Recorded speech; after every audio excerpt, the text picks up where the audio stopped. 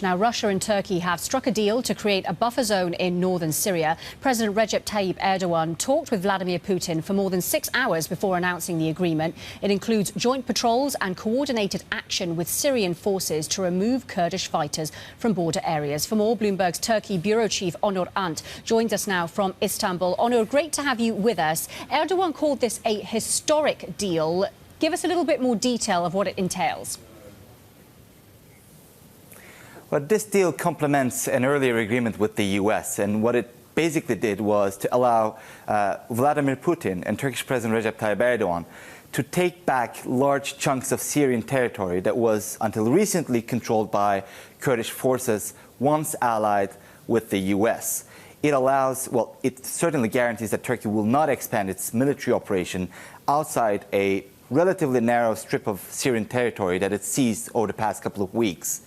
And it also allows Turkey to push back Kurdish militants that it considers to be its enemies away from its borders without having to go through a much lengthier military campaign inside Syria.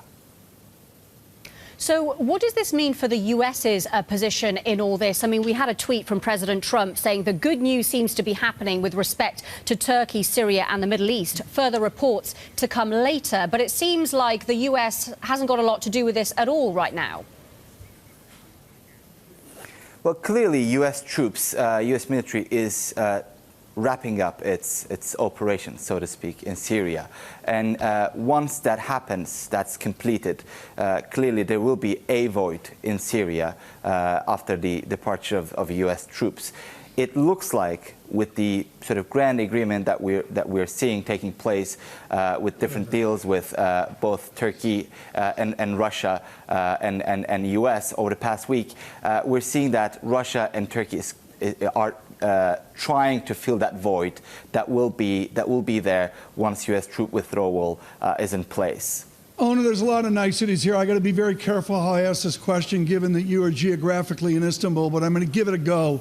Mr. Assad calls Mr. Erdogan a thief. He's grabbing 20 miles along a long, long border cut by the Euphrates in Turkey and Syria.